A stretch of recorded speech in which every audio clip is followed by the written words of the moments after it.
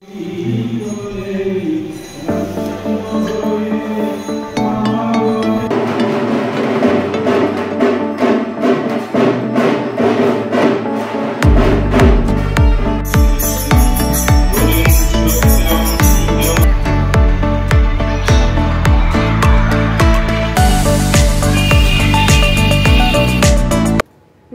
बंधुरा आमी देवलीना चले एसेছি দ্য ফেয়ারি টেল অফ দেবরূপের আরো একটা নতুন ব্লগ নিয়ে একটা নতুন অধ্যায় শুরু করতে চলেছি আপনাদের সকলের সাথে করে আপনাদের সকলের হাত ধরে।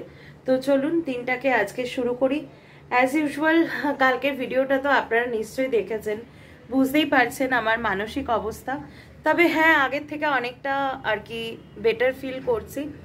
তার কারণ কন্টিনিউয়াসলি তো আমি প্রসেসটাকে জারি রেখেছি। কালকে রাত্রেও বেশ অনেক রাত্রি অবধি আমি ফাইল রিকভারির কাজ করছিলাম, তো তাতে করে আরও দুটো ভিডিও আমি রিকভার করতে পেরেছি। কিন্তু মানে সব থেকে যেটা খারাপ লাগছে, সব থেকে আমার যে ফেভারিট দুটো ভিডিও, ওই দুটো ভিডিও পেলেও আমি পোস্ট করে দিতে পারবো, আর বাকি থাকে আমার ইন্ট্রো ভিডিওটা, সেটা যাই হোক আমি পোস্ট করে দিতে পারবো। কিন্তু ওই দুটো ভিডিওর জন্যই খারাপ লাগছে। দেখা যাক কি হয়। ওই দুটো ভিডিও না পেলে মানে আমার পোস্টটাই বেকার হয়ে যাবে, আর আমি সেটা করব না, সেটা তো আপনাদেরকে বলেছি। কারণ খাপ ছাড়া জিনিসে আমার খুব একটা স্যাটিসফ্যাকশন লাগে না, মানে মন থেকে আমি স্যাটিসফাইড না হলে সেই কাজটা কখনোই করি না। যাই হোক, এই প্রসেসিংটা তো চলছে। আজকে একটা নতুন সকাল, কালকের কথা ছেড়ে দিচ্ছি। আজকে তো বাসন্তী পুজো তো মিটে গেল। আজকে সকালবেলা আমাদের একটা রিচুয়াল আছে।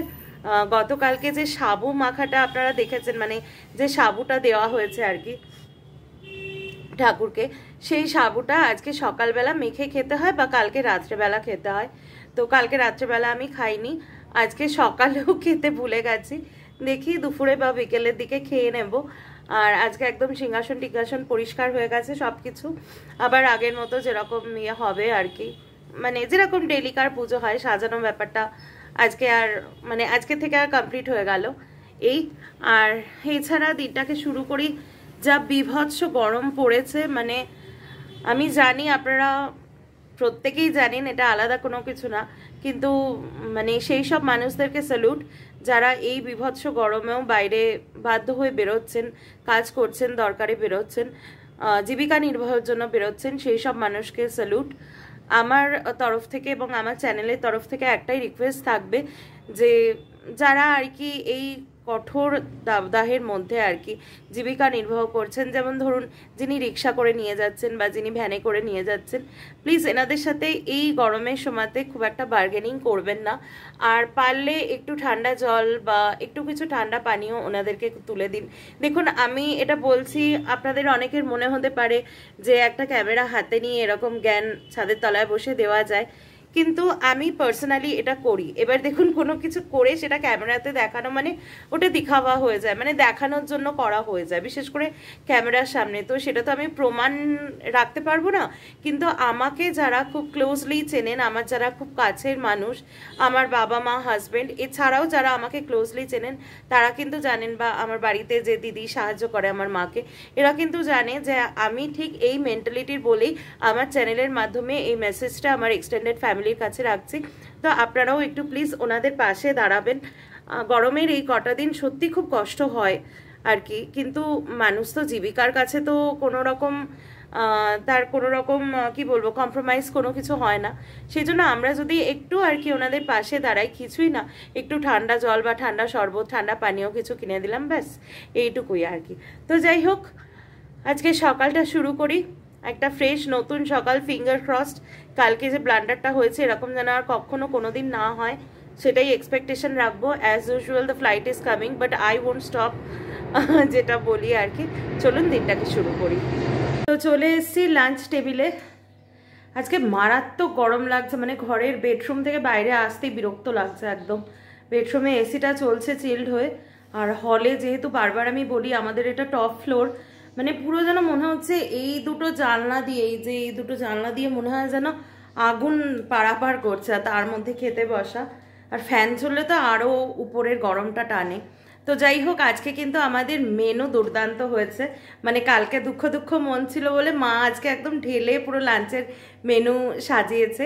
আপনাদের একবার একটু দেখিয়ে দিই। না আমার তো ফেভারিট, মা বলছে এমন কিছু না, কিন্তু আমার ফেভারিট এই যে আমার ফেভারিট, আমি টক ডাল হলে খুব খুশি হয়ে যাই। আর অ্যাজ ইউজুয়াল হচ্ছে বরবটি সেদ্ধ আজকের তরকারিতে। আর আজকে মা দেখুন একদম বিয়ে বাড়ি স্টাইলে রুই মাছের কষা করেছে। আর এর সাথে মা বের করে রাখছে হচ্ছে মিষ্টি দই আর রসগোল্লা আমার বাবার খুব ফেভারিট, তো মাঝে মধ্যে একটু চলে আর কি। এই হচ্ছে আজকে আমাদের মেনু। ভাত, ভাজা, কি ভাজা বলছি, বিনস সেদ্ধ, বরবটি সেদ্ধ, সরি বিনস বলছি, বরবটি সেদ্ধ। আর এই যে হচ্ছে ঘুগনিও রয়েছে, এটা আমি মিস করে গেছি তাই ভাবছি কি একটা বলিনি। তো ভাত, বরবটি সেদ্ধ, ঘুগনি নারকেল দিয়ে, এটা সকালেও খেয়েছি, দুপুরেও অল্প খাবো, রাত্রের জন্যও থাকবে, এটা বড় করে বানানো হচ্ছে। আর তারপরে হচ্ছে টকের ডাল আর বিয়েবাড়ি স্টাইল কাতলা কালিয়া, আর শেষ পাতে হচ্ছে মিষ্টি দই, মানে জমে যাবে পুরো আজকে। তবে মন খারাপটার ওজনটা একটু বেশি লাগছে, কিন্তু মা যেহেতু এই গরমের মধ্যে এত কষ্ট করে এভাবে করেছে, তা আস্তে আস্তে মনে হচ্ছে এবার খুশির লিস্টটা, খুশির ওজনটা বাড়বে মনে হচ্ছে, মন খারাপটা চাপা পড়ে যেন সেটাই হয়। যেটা হয়ে গেছে পাস্ট ইজ পাস্ট, সেটা তো কোনোভাবে রিকভারি করা যাবে না, তবু আমি চেষ্টা চালিয়ে যাচ্ছি। যদি রিকভারি করতে পারি সম্পূর্ণ বলবো যে আপনাদের ভালোবাসা এবং আমার কাজের সততা, বাবা মার আশীর্বাদ ভালোবাসা, আমার হাজব্যান্ডের আশীর্বাদ ভালোবাসা, সববার গুড উইশেস, যদি কোনোভাবে রিকভারি করতে পারি। তো যাই হোক, এখন লাঞ্চটা খেয়ে নিই, কারণ দরদর করে ঘামছি একদম। তো একটা ভীষণ ভালো খবর আপনাদের সাথে শেয়ার করছি আর কি। আমার ভিডিওগুলো সবই প্রায় রিট্রিভ হয়ে গেছে, একটা ভিডিও ছাড়া। আমি বাড়ির থেকে বেরিয়েছিলাম, যে ভিডিওটা করেছিলাম মানে ইন্ট্রো ভিডিও, সেইটা ছাড়া আমার সব ভিডিও কিন্তু রিকভারি হয়ে গেছে। Thanks to all of your good wishes, best wishes for me. আমি জানি আপনারা সকলেই প্রে করেছিলেন, তার সাথে তো আমার বাবা মা হাজব্যান্ডের আশীর্বাদ, গুড উইশেস ছিল, আর আমার নিজের কাজের প্রতি সততা ছিল, তাই আমি ভিডিওটা রিকভারি করতে পেরেছি। তো এখন চটপট, আজকে সারাদিন মন খারাপের চোটে আমি সেরকম কিচ্ছু শ্যুট করতে পারিনি, তো এখন চটপট ভিডিওটা রিকভারিতে বসিয়ে দিয়েছি, দিয়ে এখান থেকে আমি ব্লগটা শুরু করছি। আর ব্লগে কি ছিল এবার আপনাদের সাথে শেয়ার করি। সেদিনের ব্লগে ছিল রামনবমী, শুভ রামনবমী এবং বাসন্তী নবমীতে আমি আদ্যাপীঠ মায়ের মন্দিরে গেছিলাম, এবং সেখানে পুরো মন্দির, সেখানকার বাসন্তী পুজো, আপনাদেরকে বলেছিলাম যে বাসন্তী পুজো এরকম হয়, সেরকম জায়গাতে গেছিলাম, সেখানকার ভিডিওটা মিস হয়ে গেছিলো। তো এই পুরোটা আমি পেয়ে গেছি, মানে ভীষণ ভালো লাগছে, এবার রিফ্রেশড লাগছে আর কি, আমি তুতলিও যাচ্ছি আনন্দের চোটে। তো চলুন এবার ভিডিওটা আপনাদেরকে দেখাবো। এইখান থেকেই আমি আজকে শুরু করছি। আর সকাল থেকে যা যা শ্যুট করেছিলাম, সকালেও আমি দুটো ভিডিও রিকভারি করেছিলাম, বাকিগুলো বিকেলে পেয়ে গেছি, তো সবটাই দেখিয়ে দিচ্ছি। এন্টায়ার ডেটা আমার কেমন ছিল সেটা আপনারা নিশ্চয়ই দেখে বুঝতে পারবেন, আর তার সাথে আমার ভিডিওটা আপনারা দেখতে থাকুন। তো থ্যাংক ইউ বলে ছোট করব না। তো আপনাদের সবাইকে আমার মন উজাড় করা ভালোবাসা আর গুড উইশেস। এভাবেও আপনারা আপনাদের হারিয়ে যাওয়া জিনিস, যেমন আপনাদের গুড উইশেসের মাধ্যমে আমি ফিরে পেয়েছি, তেমনি আমিও শুভেচ্ছা জানাচ্ছি, গুড উইশেস রাখবো। আপনাদেরও যদি কোনো জিনিস হারিয়ে গিয়ে থাকে তবে এভাবে ফিরে পাবেন। তো এখান থেকেই ব্লগটা শুরু হোক তাহলে। চলে এসেছি আদ্যাপীঠ মা কালীর মন্দিরে আর কি, এটা দক্ষিণেশ্বর থেকে 1 কিলোমিটার দূরে। তো এখন ঢুকবো আদ্যাপীঠ মন্দিরের মূল প্রবেশদ্বার দেখাচ্ছি। এই প্রবেশদ্বার দিয়ে আদ্যাপীঠ মন্দিরে ঢুকবো। আদ্যাপীঠ সম্পর্কে নতুন করে বলার কিছুই নেই, এক অভূতপূর্ব বৈষ্ণব এবং শাক্ত মতের মিলন এই মন্দিরের গর্ভগৃহে ঢুকেছে, কিন্তু গর্ভগৃহে যাওয়া আর কি যে কোনো ভক্তের নিষেধ, সেই জন্য তো যেটা বলছিলাম, যার জন্য নাট মন্দির থেকে আর কি আদ্যামাকে দর্শন করতে হয়। এই মন্দিরের প্রতিষ্ঠা 1915 সালে শ্রীরামকৃষ্ণ পরমহংসদেবের অন্যতম শিষ্য শ্রী অন্নদা ঠাকুর ভট্টাচার্য মহাশয়ের হাত ধরে, যিনি একজন আয়ুর্বেদ শাস্ত্রের পণ্ডিত ছিলেন। উনি প্রথম স্বপ্নাদেশে প্রথম যে ছোট যে মা এই মন্দিরের আমি দেখাবো, ওনাকে পান। পরবর্তীকালে স্বপ্নাদেশেই ওনাকে বিসর্জন দিয়ে বড় মায়ের মন্দির তৈরি করেন, কোষ্ঠী পাথরের মন্দির। আর প্রথম যে ছোট মাকে পেয়েছিলেন উনি অষ্টধাতু নির্মিত। তো উনি কিন্তু প্রায় সময়তেই আদ্যা মায়ের স্বপ্নাদেশ পেতেন, এবং স্বপ্নাদেশে আদ্যামা ঠিক যেভাবে ওনার মন্দির অন্নদা ঠাকুরকে তৈরি করে দিতে বলেছিলেন, উনি এবং ওনার পরবর্তী শিষ্যরা কিন্তু ঠিক সেইভাবেই মন্দির নির্মাণ করেছে। তো মূল মন্দির এখানে আপনাদেরকে দেখাচ্ছি। আর এখন যে জায়গাটা এই ভদ্রলোক যেখানে প্রণাম করছেন আর কি, এই জায়গাটা হচ্ছে প্রসাদ কালেকশনের জায়গা। আপনারা এখানে খুব সিস্টেমেটিক ডিসিপ্লিন মন্দির। কুপন কেটে এখানে যখন পুজো দেবেন তারপরে কুপনটা আপনাদের হাতে রাখতে হবে এবং পুজো হয়ে গেলে নির্ধারিত সময় এই গেটটা যেটা দেখাচ্ছি এখানে কুপনটা জমা দিয়ে আপনাকে, আমি জুম করে ভালো করে দেখাচ্ছি, এখানে আপনি কুপন জমা দিলে তবে প্রসাদ পাবেন। আর এখন যেটা দেখাচ্ছি এই জায়গাটাও খুব সুন্দর। আমি পুরো একটা 360 ভিউ নিয়েছি। যে সিঁড়িগুলো আপনারা দেখছিলেন ওটাই নাট মন্দিরে ওঠার সিঁড়ি। আর এখন যে বিল্ডিংটা দেখছেন সেটা কিন্তু ওনাদের অফিস রুম।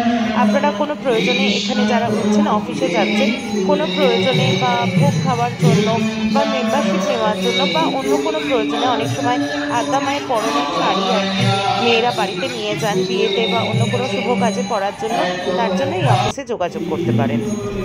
এবারে চলে এসেছি এই গ্রীষ্মের দাবদাহে আপনাদেরকে এক টুকরো দুর্গাপুজোর যে অনুভূতি, দুর্গাপুজোর যে এসেন্স সেটাকে কিছুক্ষণের জন্য আর কি দিতে। তো দেখছেন আদ্যাপীঠে যে মূল যে প্রেয়ার রুম সেখানে কিন্তু দুর্গাপুজো হচ্ছে এবং উপরে শ্রী অন্নদা ঠাকুর এবং শ্রী মা, তার পাশে রাধা কৃষ্ণ, তার পাশে আদ্যা মা, তার পাশে রামকৃষ্ণ পরমহংসদেব, উপরে শ্রী শ্রী মা সারদা দেবী এবং তার পাশে স্বামী বিবেকানন্দের ছবি রয়েছে। তো এই মহাপুরুষদের প্রচেষ্টায় কিন্তু এই মন্দির, এই মহাপুরুষদের যে পদধূলি এই মন্দিরে কিন্তু পড়েছে, সেই জন্য মন্দির অত্যন্ত পবিত্র। এবং আমি অনেকদিন ধরে ভাবছিলাম যে বাসন্তী পুজো কোথায় হয়, কিন্তু আমি সত্যিই জানতাম না যে বাসন্তী পুজো আদ্যাপীঠে হয়। অনেকদিন ধরেই ইচ্ছা ছিল বাসন্তী পুজো দেখবার এবং আপনাদেরকে দেখাবার। তো দেখুন কীরকম কাকতালীয়ভাবে মিলে গেল। এবং আমি ভিডিওগুলো সমস্ত হারিয়ে ফেলা সত্ত্বেও ভিডিওগুলো আজকে রিট্রিভ করে আপনাদেরকে ভয়েস রেকর্ডের মাধ্যমে বুঝিয়ে দিতে পারছি। তো একবার দেখে নিন, দুর্গাপুজো আস্বাদ গ্রহণ করুন বাসন্তী। তো দেখুন নাট মন্দিরের এই জায়গাটা আবার ভালো করে দেখাচ্ছি।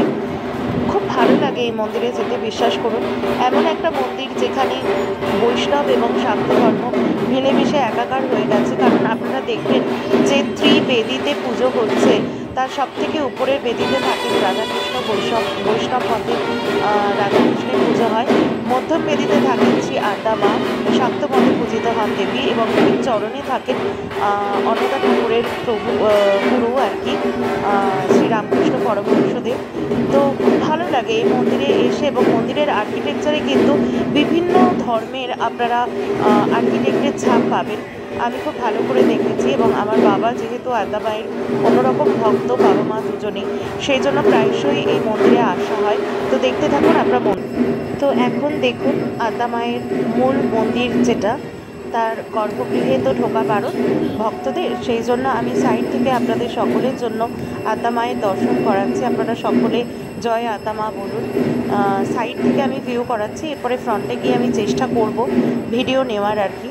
এবং ভিডিও আমি নিয়েছি, যেহেতু আমি বাড়িতে পরে ভয়েস ওভার করছি, সেই জন্য পরের রিলে কী থাকবে সেটা আমি জেনেই বলছি। পরে আমি ফ্রন্ট ফেসে ফটো নিয়েছি। আপনারা সকলে দেখুন আদ্যা মায়ের অভূতপূর্ব রূপ, যেটা আমি সাইড থেকে দেখাচ্ছি। এটা একদম যে প্রসাদ ঘরে। এবার আমি একদম সামনে থেকে চেষ্টা করেছি আদ্যা মায়ের দর্শন আপনাদেরকে করানোর জন্য। দেখুন কি অভূতপূর্ব মূর্তি, চেষ্টা করেছি যতটা জুম করে নেওয়া যায়। আর এই মন্দিরে কিন্তু আপনারা যে যে শাড়ি নেবেন ওনারা কিন্তু আদ্যা মাকে কাপড় পরিয়ে দেখান। এটা জেনারেলি অন্য কোনো মন্দিরে দেখা যায় না। এবং আপনার কাপড়টা যদি সেই দিন পরাতে না পারে শাড়িটা, তাহলে কিন্তু আপনি ফোন নাম্বার দিয়ে আসলে ওনারা পরে আপনাদের সাথে যোগাযোগ করে আপনাদেরকে ডেকে নেবেন।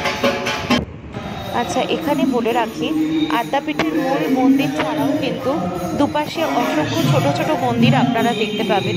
যেমন শ্রী শ্রী সত্যনারায়ণ দেবের মন্দির, শিব মন্দির দুটো বা তিনটে, তারপরে এখানে দেখুন তারা মায়ের মন্দির, শ্রী দুর্গা দেবীর মন্দির, জগন্নাথ দেবের মন্দির, এরকম অজস্র ছোট ছোট মন্দির আপনারা দেখতে পাবেন। তো আপনাদের যখনই জগন্নাথ দর্শন বা দুর্গা দর্শন করতে ইচ্ছা করবে, আপনারা কিন্তু এই মন্দিরে এসে অনায়াসে ঠাকুর দর্শন করতে পারেন। এখানে কিন্তু বিভিন্ন ঠাকুরের মন্দির রয়েছে।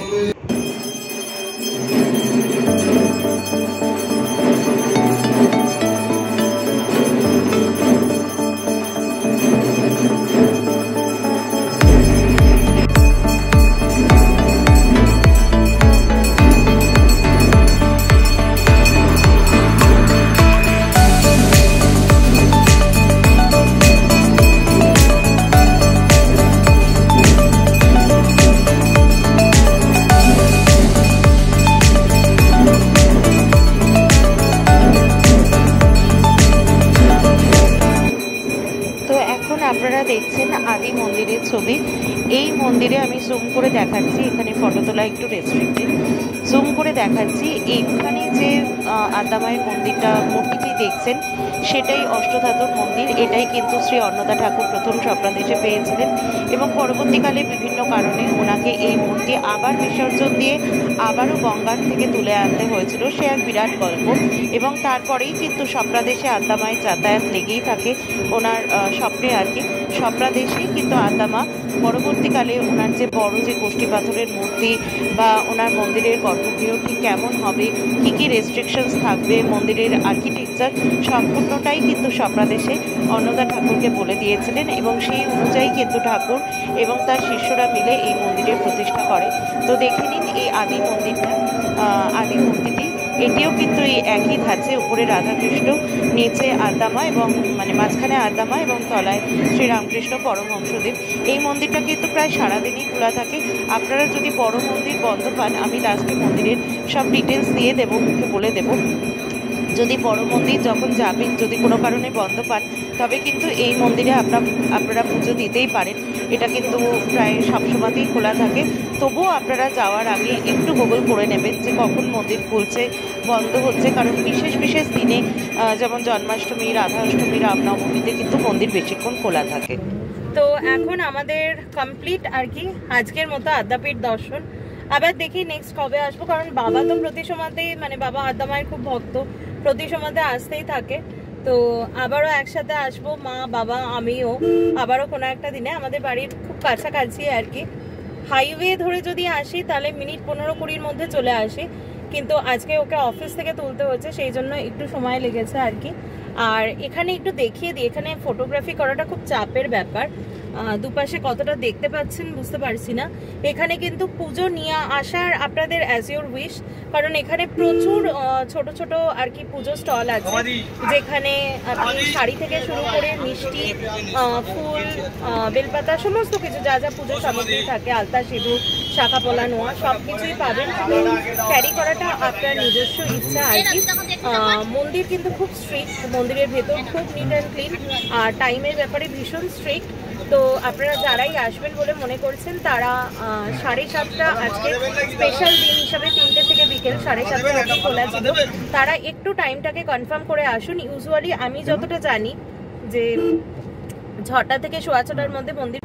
তো বাড়িতে চলে এসেছি এই যে, আর আজকে হলঘর বা অন্য কোনো জায়গা থেকে কথাই বলা যাচ্ছে না, কারণ এতটাই মানে সাংঘাতিক গরম। বাইরে বোধহয় 42 মতো টেম্পারেচার, মানে ফিলিং টু 42 এরকম।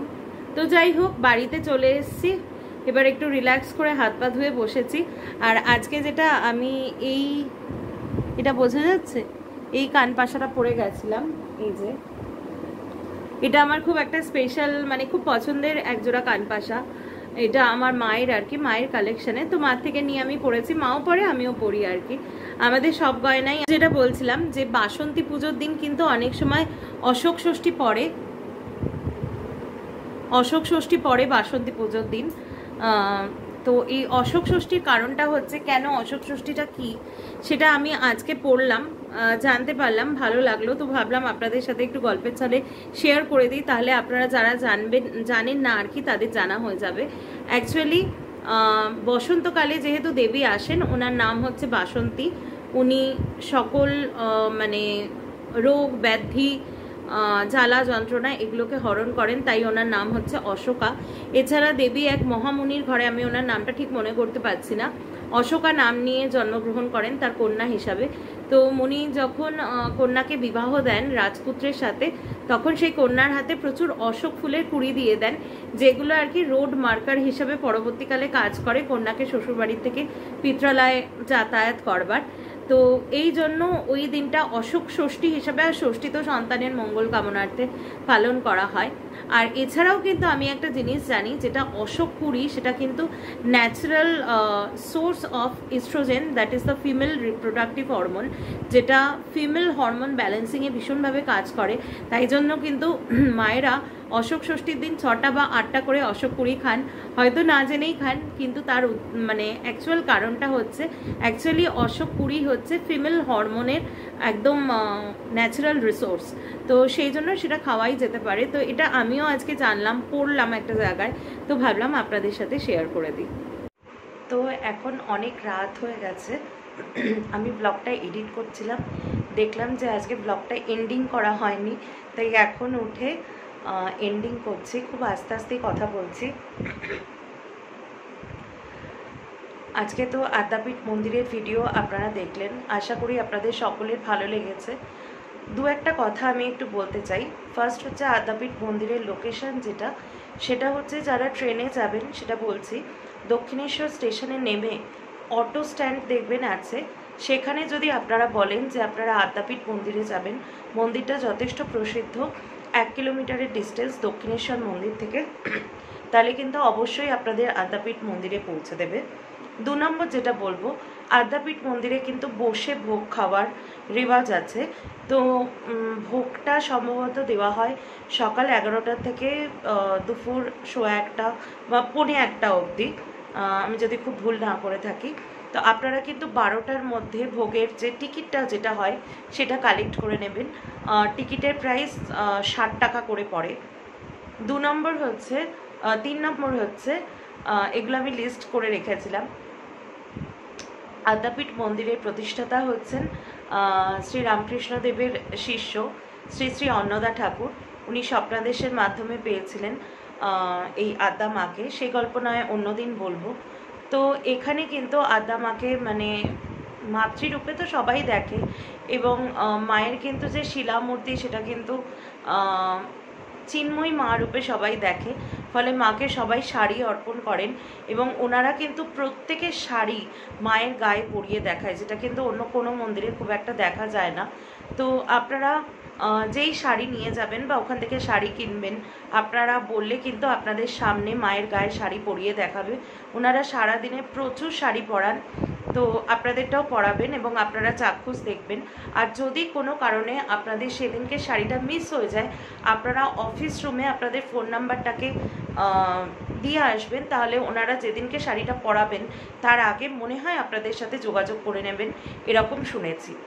আর 4 নাম্বার পয়েন্ট হচ্ছে যে আদ্যাপীঠ মন্দিরে খুব সিস্টেমেটিক, খুব ডিসিপ্লিন, যেটা আমি বললাম, ওখানে কিন্তু কুপনের মাধ্যমে আপনি যেটা নিত্য পুজো সেটা দিতে পারবেন। আপনি গিয়ে পুজোটা ওখানে দিয়ে আসবেন, আমি যে জায়গাটা দেখিয়েছি।